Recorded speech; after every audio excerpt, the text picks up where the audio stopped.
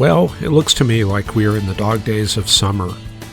Very little cloud material out there, so we'll just skip right ahead to the southwestern U.S. weather picture. The monsoon pattern appears to be ramping up a little bit in New Mexico. Not so much in Arizona, except maybe around the Safford area, but it does look like this surge is heading up into the Gallup area and maybe the Four Corners. Hardly a cloud to be found in California, except way up there near Ukiah. And if we switch over to the infrared imagery, that shows that little disturbance there. This has probably got some upper level support. And what we may be seeing, this is the 500 millibar Hudson vorticity, got the main high pressure over Texas, so no wonder everything is shut down. But out in Arizona, we're bringing in what looks like deep southerly flow. So let's bring up a Skew-T just south of Douglas. And what we see here is the low-level flow still looks light and variable, so we're not going to get a whole lot of help with the moisture, even though the mid-level winds are out of the south and bringing up what mid-level moisture there is. And above that, southwesterly flow. And as we can see on the precipitable water, there is some significant moisture lurking south of the border. So once that starts moving up, it's possible that Arizona may be back into the monsoon pattern. And let's just look ahead. And it looks like it's slow going, probably a lot of heating, boiling off that moisture, sending it into the upper atmosphere. But finally, it looks like by the 13th and 14th, we get another surge of 1 to 2 inch precipitable water. So it looks like storm chances will be going up for next week in Arizona. And it looks like towards the end of the period, maybe going into the 20th and 25th, some of that moisture surge makes it into Nevada. And late August and early September is typically when we see thunderstorm activity ramping up in that part of the southwest. And looks like a lot of it makes it into Southern California as well. So huge difference between that and that on the 17th. There's the surface chart for this afternoon. 40s dew points, so yeah, moisture has been tumbling a little bit in the lower levels. And then up to the north, we've got a cold front moving into central Nevada and central Utah. And you can see north of that front, dew points are in the 40s. This is slightly moister air that has its origins in the North Pacific. And that contrasts very sharply with the teens and 20s that you see south of the front. Let's look at those temperatures. Let's see, 99 in Phoenix, a little bit mild. In fact, I don't even really see any hundreds out there. And let's switch over to Texas. Yeah, we've got the tropical moisture going right up north there. Some impressive dew points, 76 there at Stillwater. No, that's south of Stillwater. It looks like Guthrie yeah, I think that's Guthrie there. And 73, McAllister, 74 north of Texarkana. And in Texas, the moisture hasn't really recovered that much just yet, so we're still in the 60s for the most part. So you can see that, we, as forecasters in the summer, we talk in terms of dew point instead of temperature. Not only does dew point have a bigger impression on how bad the heat feels like, but it also controls the theta E, which is how readily parcels will ascend. And that's controlled probably about 3 to 4 times as much by moisture as it is by temperature. And speaking of moisture, we do have the dry line starting to appear there, dividing mid-60s in the eastern panhandle, places like Shamrock, Canadian, Slapout, Oklahoma. Slapout. I don't know if you've all heard of Slapout. I know a lot of Oklahomans are familiar with it. Yeah, it's a stop on 412, which is that major east-west highway going through the Panhandle. Yeah, there's a look at the place there from Wikipedia. And it's basically the location of a store. And that goes back to the Great Depression era. Residents were often told they were slap out of whatever they wanted at that store. So now you know where the origin of that came from. And then up in Kansas, there's that warm front we've been tracking the past 2 days, gradually lifting north and dividing these upper 70s temperatures, marginal VFR ceilings, from the more well-mixed, warmer air mass down to the south. And it looks like some of those 70s dew points have made it all the way up into South Dakota. So let's continue up north. Wow, major frontal passage there in Alberta and Saskatchewan. We've got strong westerly winds and even a 46-degree reading there southeast of Calgary. Now further south, where we have downslope and lots of heating, less cloud material, temperatures are coming up into the 70s in northern Montana. But you can see this big high there offshore, 1023 millibar high. That's making progress to the east, and that'll likely have some effects across much of the northwestern U.S. into the North Plains. And it does look like some potential for thunderstorms on the high plains. See those 70s dew points there, and even mid-60s all the way up into Saskatchewan. Now with that front there and most likely a jet somewhere in this location, that should be a ripe environment for thunderstorm development.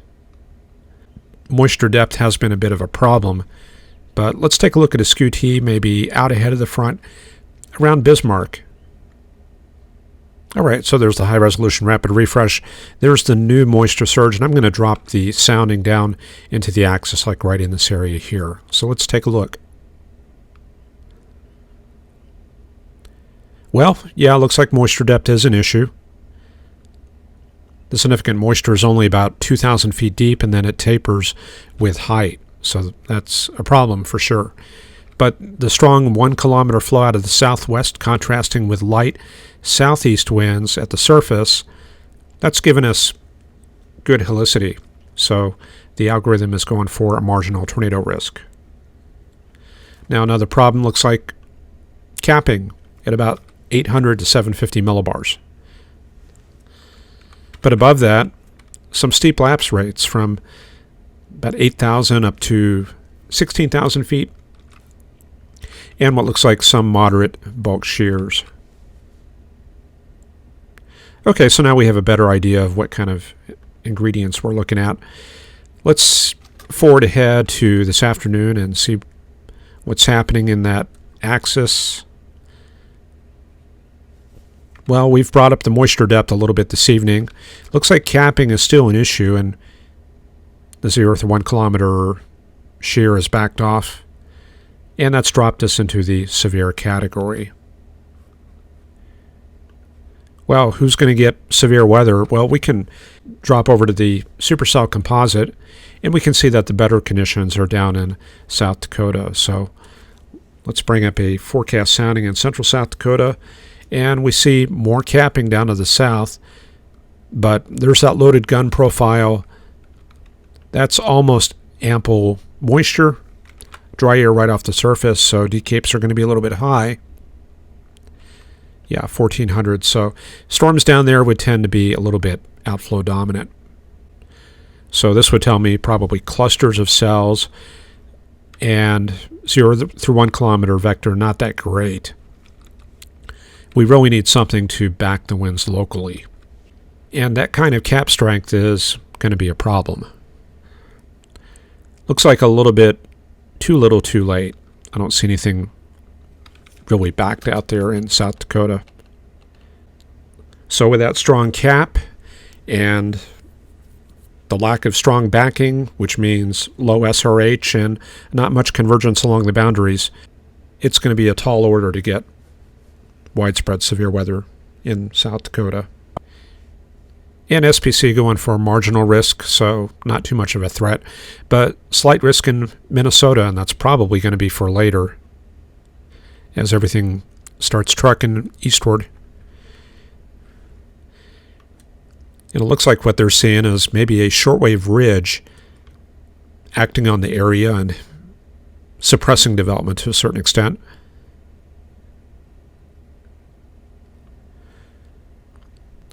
And then I'm reading this paragraph here, and I'm wondering if that's an error near into the southwest of the mid-level cyclonic circulation. Maybe they mean near into the southeast.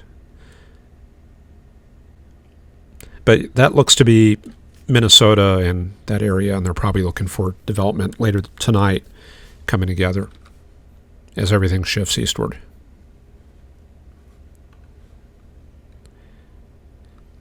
And there's the satellite loop. We've got storms firing on the Black Hills and then out to the west across Wyoming. This is the area of upper level lift that's probably going to be in the Dakotas tonight and into Minnesota late tonight into tomorrow. So that zone is what we would want to watch for the rest of the afternoon. Then looking at the high-resolution rapid refresh. Yeah, there's our storms coming together in Wyoming and the Black Hills, and they organize somewhat, but yeah, just not much interaction with the moist environment in South Dakota, and I think that's what SPC is keying in on. Now, it does develop some storms in the Fargo area this afternoon, so that's certainly going to have some potential, but I see the same sort of clustering as those develop, and then we end up with an MCS moving towards Duluth overnight. But other than that, yeah, it does look like slim pickings for today. Yeah, let's take a look at southeastern North Dakota. Yep, there's a storm already going on, and let's run about 2 hours of animation. Yeah, there goes those towers right there. Looks like it starts out as kind of an elevated cluster. But yeah, lots of storms there in the Fargo area. And we can see that little outflow boundary it's leaving behind. So if there was to be more convection out to the west, that's a boundary we would want to track. And you can see the differentiation between the cloud streets and the transverse bands on either side of that boundary. And there's what the station plots look like. Not sure if you can read that, but you can see slightly drier air, 81/64 at that station there, versus moister air, 82/72 down south of that boundary.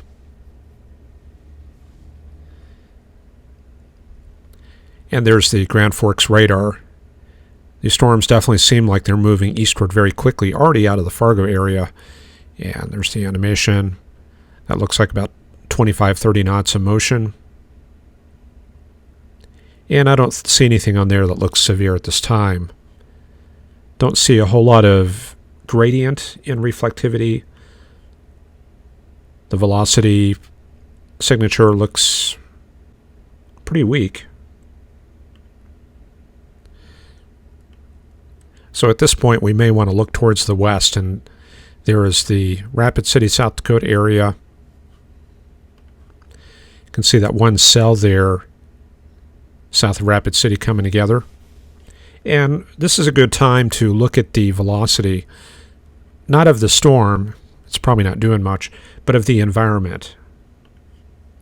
See, switched over to base velocity, and what we see here is the reds, those are outbound, and the greens, the cool shades, those are inbound. So this is showing northerly flow at Rapid City. And you can see it's kind of bisected by this zero line. And we see kind of a complex situation where there's like another zero line kind of indicated like that.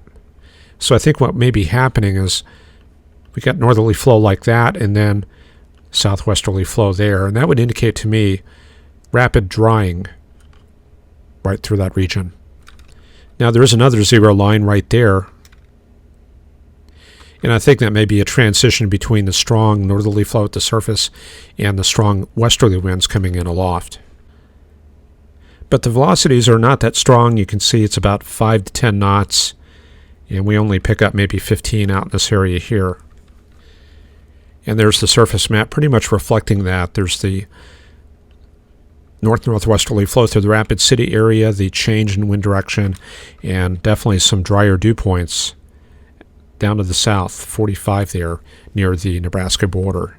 So the main surface system looks to be west of Pierre at this time.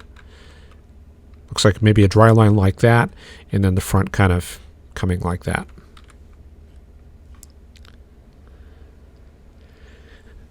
Well, not much going on in the northeast this afternoon. 1022 millibrow high over the Great Lakes, and that's continuing to push some cool air southward across the Midwest and northern Appalachian region. Looks like we got a low pressure system offshore just off the coast of New York, and that's given some cloudy weather to that part of the country, although it is pretty mild across much of New England and Pennsylvania.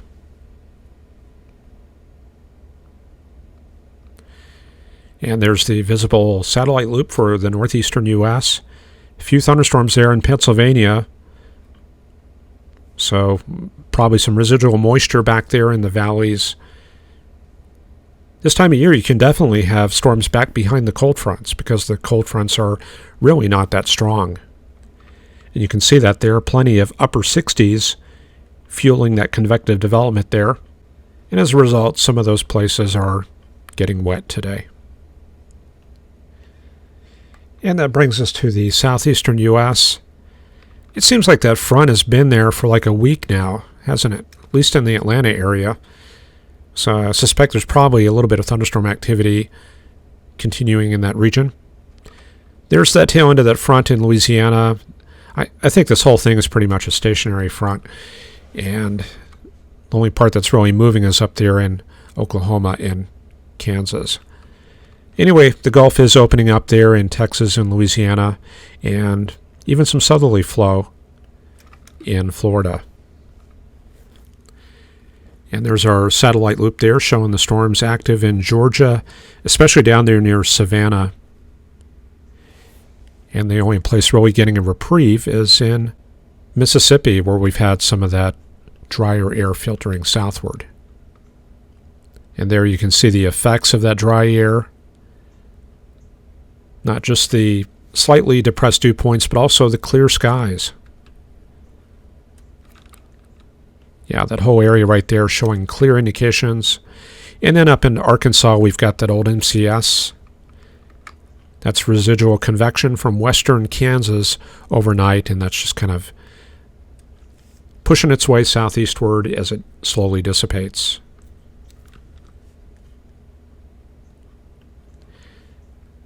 And then a look from NHC out there in the Atlantic. This is new. Slight chance of cyclone formation from one of those waves out there, but they've got a pretty low chance assigned to that, so we're probably a couple weeks away from anything bothering us here in the U.S. All right, that'll do it for today. I hope you all have a great weekend, and I'm going to leave you with a little bit of footage. This is a different weather station I worked at in Korea.